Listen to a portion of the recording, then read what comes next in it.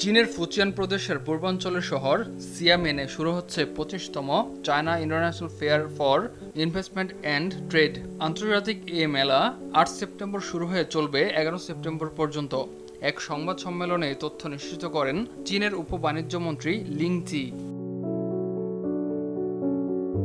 এ সময় তিনি জানান, প্রায় ১,২০,০০০ বর্গমিটার জায়গা জুড়ে ৪ দিন ব্যাপী অনুষ্ঠিত এ মেলায় ৭০-এরও বেশি বিনিয়োগ ভিত্তিক ইভেন্ট এবং ১০০-এরও বেশি রোড শো অনুষ্ঠিত হবে।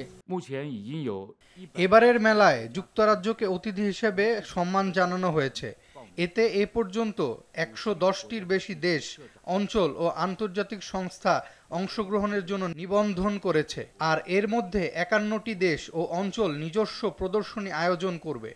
ফুজিয়ান প্রদেশের উপগভর্নর ওয়াং চিনফু জানান, এবারে China International Fair for Investment and trade হবে বেল্ট অ্যান্ড রোড ইনিশিয়েটিভে অংশগ্রহণকারী দেশ ও অঞ্চলের মধ্যে সহযোগিতার এক সেতুবন্ধন, যা পারস্পরিক সম্পর্কের দৃঢ়তা ও ব্যবহারিক সহযোগিতা জোরদার করবে।